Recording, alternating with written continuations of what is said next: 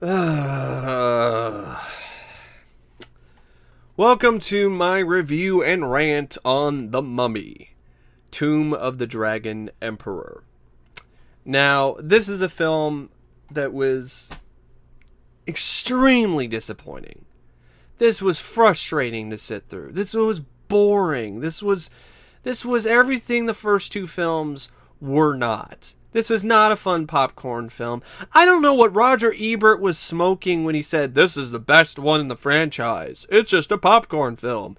You know? Personified. I'm sorry, may he rest in peace. But what the fuck is that bullshit? This movie? This is the best one in the series? The Mummy, Tomb of the Dragon Emperor, aka the fucking dummy? The Tomb of the Dragging Emperor, because it's dragging its balls and its fucking ass. Because it's boring as fucking all hell. This is a boring as fucking shit movie. Whatever. To each their own, Roger. But anyway, Tomb of the Dragon Emperor is a film that I was looking forward to. That's why it's so disappointing to me. Because I hadn't seen this before. This is the most recent time I saw it was the first time. You know, I had heard about it. I had heard it was bad. But, you know, I was curious. I've been curious about the film for a long time because I liked the idea. And I still think it's a good idea. The idea of the Chinese emperor and the pottery, you know, mummies type concept. I thought that was actually a pretty cool concept. It's not necessarily the mummy, but yeah, it's still an interesting concept. And it worked well in the Xbox, PlayStation 2 PC game, Indiana Jones and The Emperor's Tomb, which is one of my all-time favorite video games. I love that game. I wish this movie took pages from that game, because then it might have been good. Instead, it's just shit. It's a rank fart from a mummy's dusty old ass.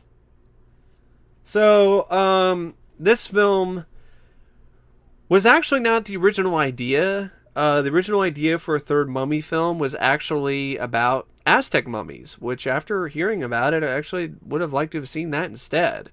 Even though I liked the idea of the Chinese mummies, and I thought there was potential for that, and with the terracotta soldiers and stuff like that, I like the idea of Rise of the Aztecs, where Brendan Fraser and company are facing off against Aztec mummies and Antonio Banderas as the villain. And the whole jungle aspect would have been more interesting than just China, which is just another kind of desert kind of thing. So it would have been nice to see them back in a jungle sort of setting, like the ending of Mummy Returns. This film was also a prime example of how important it is to have the right director and the right cast. Because you can have a decent script, and this film has a decent script in terms of the concept and all that kind of stuff. I like Jet Li. I thought he was one of the better things about the film. It's just too bad he wasn't in the film as much as he should have been. He's the villain, and he doesn't seem like he's in it that much. And when he is in it, he doesn't really do that much, which is pretty disappointing. He does most of his stuff in the opening of the film, which is this overlong prologue sequence.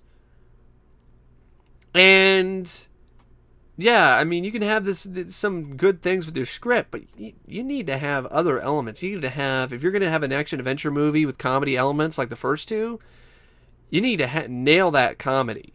Because if you don't, you get embarrassing shit like this movie that has just embarrassing jokes, like the yak. That isn't even amateur hour quality. Like, I don't even think you could go to a comedy club and have a guy who's never done stand-up comedy before in his life tell a joke that fucking lame.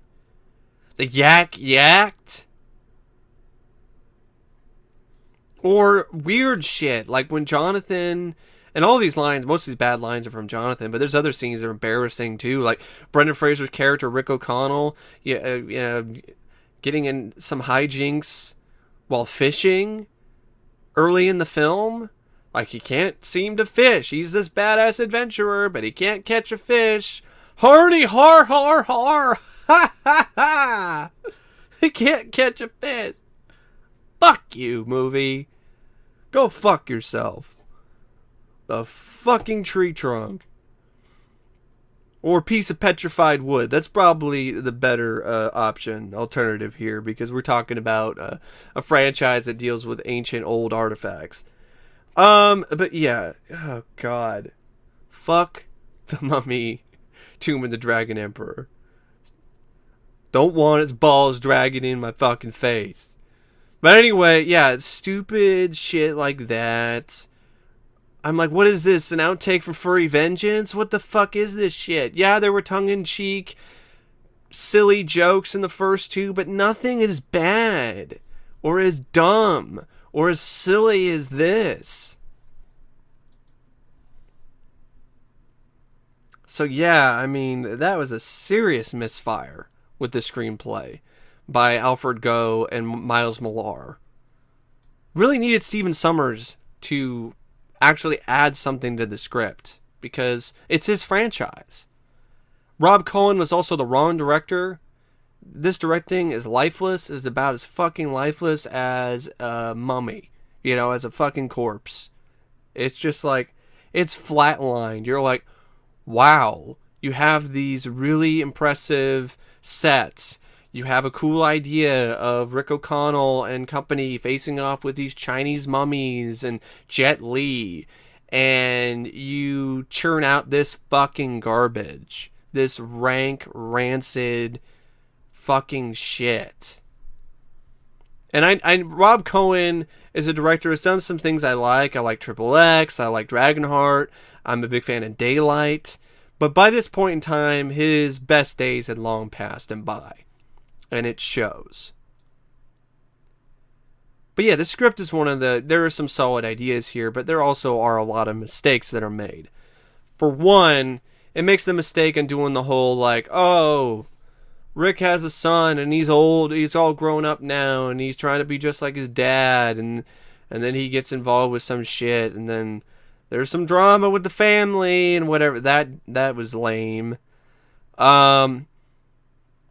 And, the whole sort of stuff with this, there's just a lot of stuff in this it's just stale and musty. It's like the fun has all dried up. This franchise is dead, and they just dug it up and just propped it up. It propped its corpse up and put the Mummy, Tomb of the Dragon Emperor on it, and then shambled it and shuffled it into theaters, and we're like, oh yeah, there we go. Hey, the Mummy. You remember the Mummy, right? Brendan Fraser. And oh, I'm sorry we can't have Rachel Weisz, because depending on what story you hear, she either looked at the script and was like, fuck this is shit, and didn't do it. And I don't blame her if that is the case. Or she's like, I just had a baby, I want to be there with my kid. Maybe it's it probably is a combination of both. She's like, if the script wasn't so shitty, maybe I would, do it and have my kid be babysitted by somebody. But no, I'd rather babysit my kid. I'd rather be there for my kid, newborn, and spend time with him for a few months than shoot this fucking shit. This isn't even trying. Yeah, it's just... And you can tell that Brendan Fraser's heart isn't in this because Rachel Weisz isn't there.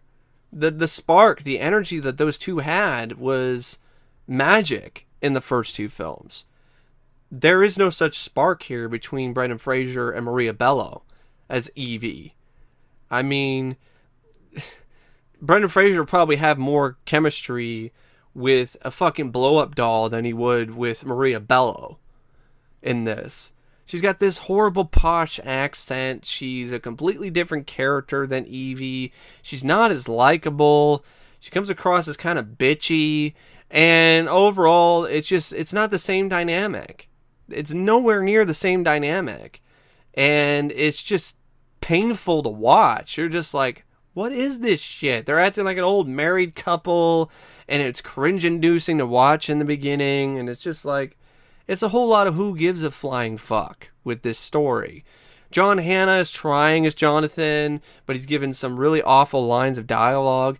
There's a scene where his ass is on fire, and this is the line of dialogue with this scene. My ass is on fire! Spank me! Spank my ass! You're just like, what the fuck? Did the guy who wrote August Underground write this fucking line? Sniff his ass! Spank my ass! My ass is on fire! Sniff his ass and spank it! No, I'm just... Oh, fuck! Spank my ass? Did one of these writers have a fucking fetish or some shit? Or are they into S&M? And they just let that shit slide and slip into the script? Why the hell is Jonathan saying spank my ass? Maybe I heard it wrong, but I could have sworn to God I heard Jonathan say spank my ass! But yeah, God. And if Maria Bello is not bad enough, you got Luke Ford, who plays Alex O'Connell, who, oh God, Ford is right. He has all the acting ability of a fucking Ford truck. And that's none because trucks can't act. And he says he went to, he studied at acting school and he studied a form of acting called the mezzanine, or not the mezzanine, the Meisner technique. You know what you should have done, Luke? You should have studied the acting technique, because you can't act. You're a piss poor fucking actor. He was horrid, absolutely atrocious in this film. I mean, what were they thinking? For good reason, he didn't end up doing jack shit after this movie. His career was absolutely, totally 100% no man's land after this movie. He just did some TV movies, some TV work, direct-to-video stuff, and that's it. He didn't get a single theatrical role, it looks like, after this movie. And if you've seen this film and his performance, you can see why. I mean, this guy sucks. He has none of the charisma that Rick O'Connell has. I can't even believe that the two of them are related. And he's got this really weird New York accent that comes and goes. And he actually speaks in Australian from time to time. It's like the guy isn't even fucking trying. And if that's not bad enough, and he's not very likable either, he's a fucking punk. If it's not bad enough to have Luke Ford as Alex O'Connell, and first off, why is he speaking a New York accent? Does Brendan Fraser speak like that? Does Brendan Fraser have some accent? No. Isn't he supposed to have a British accent? Because he had a British accent when he was a kid? Am I supposed to believe he lost his British accent as soon as he reached a certain age? And it was no more like, oh, tea and crumpets, governor. And it was like, oh yeah, I'm old enough now. I'm gonna go bang some dames. What the hell? No more tea and crumpets for me. It's just I don't really get it. And talk about this movie's giving me a fucking headache. God, this is so fucking bad. Isabella Leong is every bit as shitty, every bit as fucking horrid and awful when it comes to acting as Luke Ford, as Lynn, Michelle Yeoh's character's daughter in the film. I mean, her performance is so bad in this. I can't believe somebody saw her screen test and was like, yep, perfect person for the job right there. And then watched the dailies and were like, yeah, there's nothing wrong with this. Yeah, this acting is totally fine for this film. I've seen better acting in a high school play. Or a kindergarten, or a fucking play at kindergarten. I mean, god damn, her acting was bad. That's really about it for the actors. You have a few other people, and I don't really give a fuck about any of them, so I'm not going to talk about them. You have the score where Randy Edelman and John Debney, two really talented composers, and the score is nothing. It might as well just be fucking air. It really might as well be. The cinematography by Simon Duggan, most of it's CGI, and there's a few things that are okay, but not much. The editing by Joel Negron and Kelly Matsumoto is, I guess, it's serviceable. The film was 111 minutes, which is a shorter running time than the first two films, but it feels twice as long.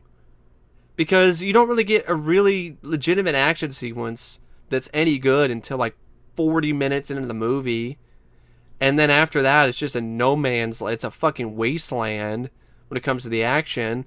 And there are stuff that happens, but it's not very exciting because you don't really give a shit. They rehash shit, like the whole thing. Remember in The Mummy Returns, where Evie's character dies and they have to get something to bring her back? Well, it's the same shit here, but instead swap out Evie for Rick O'Connell. It's just they have these action sequences that have crazy shit going on, like Jet Li and the terracotta mummy, the Dragon Emperor Han, going around, and he's trying to put a diamond on top of this tower to open basically unleash his army, and because it's over at Shangri-La. And there's fucking Yetis and all of this shit, and it should be crazy and fun, but it isn't. I'm just like, oh, God, whatever. I mean, I even gave up on it. I was just, all this shit was going on, action, and I got up out of my seat, and I got off my bed, and I sat down on this chair, and I just went on Facebook for a bit, because that was more enticing, that was more interesting to me than anything that I was watching. Didn't keep my interest because I just didn't care. Brendan Fraser didn't give a shit. He looked like he didn't give a shit, so I didn't give a shit either. He was the only character from the main cast that I liked, and he didn't have much to do, and he didn't really look like he wanted to be there, so I didn't want to be there either. Yeah, you got Yetis, you got immortality, you got Michelle Yeoh, who's basically like the Grail Knight from The Last Crusade, watching over this pool of immortality. Got a battle near the end against where these resurrected Chinese soldiers face off with this terracotta army, and it should be fun, like the battle at the end of Mummy Returns, but it isn't because it just feels like deja vu. I'm like, well, they did that in the last movie, and it was better. And then you have like a battle between Jet Li and Brendan Fraser near the end, and it's not much. There's a bit of fisticuffs, and then they stab him in the heart, and him and his son team up and stab him in the heart, and that's really about it. Of course, in the climax, he actually turns into a dragon, which is fucking ridiculous. I know it's the Dragon Emperor, but that doesn't mean I needed to see him turn into a fucking CGI dragon. I mean, that is just like, oh, come on now. I know this is a franchise I've been able to turn my brain off for the most part, but come on, that shit's just stupid. Turn into a fucking dragon. Yeah, Dragon Balls. Should have made a movie about that. The search for the mystical Dragon Balls. Oh, wait, they're already here. They're in your face and they're in your mouth. But anyway, yeah, it's just, this movie sucks. I can't believe, the budget is on the screen. It's a $145 million budgeted film, and it definitely does look like that. That's the biggest budget that any film in this franchise has had. And it actually did fairly well in the box office. It made $401.1 million worldwide, so it made money. So it's not like it bombed. It should have, but it made money. And this film, I'm trying to think of any other things that I liked about it. I would say the production design was really well done. I liked the look of the tomb. When they discover the tomb of the Emperor and his terracotta army, there was some fun stuff with some of the traps in there, like with the mechanism that shoots the arrows and things like that. All of a sudden, though, it seems like there's a teleporting saw blade that shows up out of nowhere. Oh, these arrows, and then saw blade. Like, where the fuck did that come from? It just teleported out of nowhere. Is it a ghost saw blade? What the hell? You have these arrow things, and then woo, saw blade. Where the fuck did that shit come from? I didn't see it fire from anywhere or set up anywhere. It was just like, woo, saw blade time. Yeah, I guess they just thought, well, you know what this tomb needs in terms of a trap? It needs more saw blade. How about Beyblade? How about that? But yeah, it's just like, fuck. But that scene was well done. The production and art design. There were some. I like Jet Li. I just wish he was in it more and had more to do. It was nice to see him as a bad guy for once. They didn't do that much with him, and it's a wasted opportunity. I like some of the action sequences. I like the action sequence in the Chinese New Year celebration. I like that sequence. I think it's actually a fairly well done scene with the fireworks and everything, and Rick and company are chasing after Han while he's on this on the stone carriage and things like that. I thought that was pretty good. It's probably not carriage. There's another word for it. It's not coming to mind, though. It's the kind of thing that Ben-Hur that people are writing on. Chariot. There we go. On the stone chariot.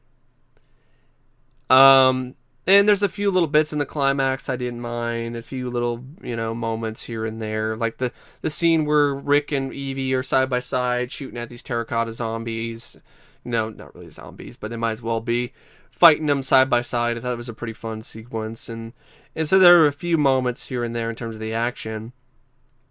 But other than really that, I mean, that's all I really liked about the film. So everything else was just rancid, rotten, dusty, mummified crap. It was just bad. And it was sad. It was pathetic. And this film also had an incredibly awkward, dumb title crawl at the end. Like, it wasn't, I don't know if it was a title crawl is the right word, more like a subtitle. Like, Jonathan takes the diamond thing and takes it with him because he doesn't want to be in Brazil anymore. He doesn't want to be in Brazil. He doesn't want to be in, I think it's China. He doesn't want to be in China anymore. So he's going to take this diamond to Peru and start a new bar there or a new life or whatever. And then for some fucking reason, this title crawl shows up and says, soon after, mummies were found in Peru. Just like, so? To quote Imhotep from the second movie, why? Like, really, why? Why did you do that, movie? What the fuck was the point of that? That was fucking pointless and stupid. Soon after, mummies were found in Peru. Yeah? What's your point? Is it that Jonathan finds mummies or some shit? Doesn't make any sense. I just don't... Was it supposed to be a joke? It wasn't funny? So I mean, if it's supposed to be a joke, it wasn't funny, so that didn't fucking work. What was the point of that? I can't... My head... I literally cannot comprehend this. Like, I feel like my brain cells are, like, exploding at the speed of light right now thinking about this. Like, thinking about why the writer, the producer, or whoever decided to put that at the end of the film thought that was a good idea. It's just unbelievable. You're just like, wow. That is stunning. That's stunningly shitty. But yeah, I really don't know what else to say about the film. It's just a very slow-paced, boring slog of a movie. It's dragging. It's the dummy, because it's a dumb movie, because there's dumb jokes and a dumb sense of humor, fairly dumb plot, and, characters that, you should have likable characters, but they're lame. They made Rick O'Connell lame.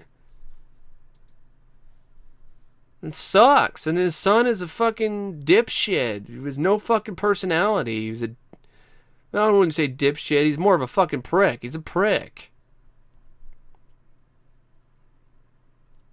And you have Jet Li as the villain, and you don't have him do that much martial arts. You don't have him do that much at all. It's just a waste. I mean, the whole film pretty much is waste. It really is.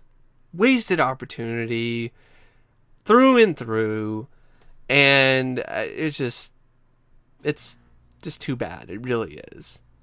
It's too bad, and it's disappointing. It's disheartening, and I'm just like, you know, there's a good idea here, but just they fucked it up. They fucked it up. So I don't know what to say. I've ranted long enough about The Mummy, Tomb of the Dragon Emperor. Except for if I was to rate it out of 5 stars, I give it 1.5 out of 5.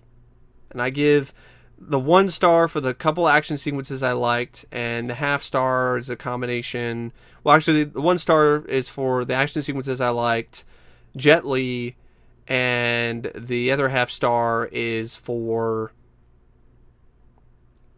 a few other things like production and art design, but everything else sucked. Sucked mummy dick.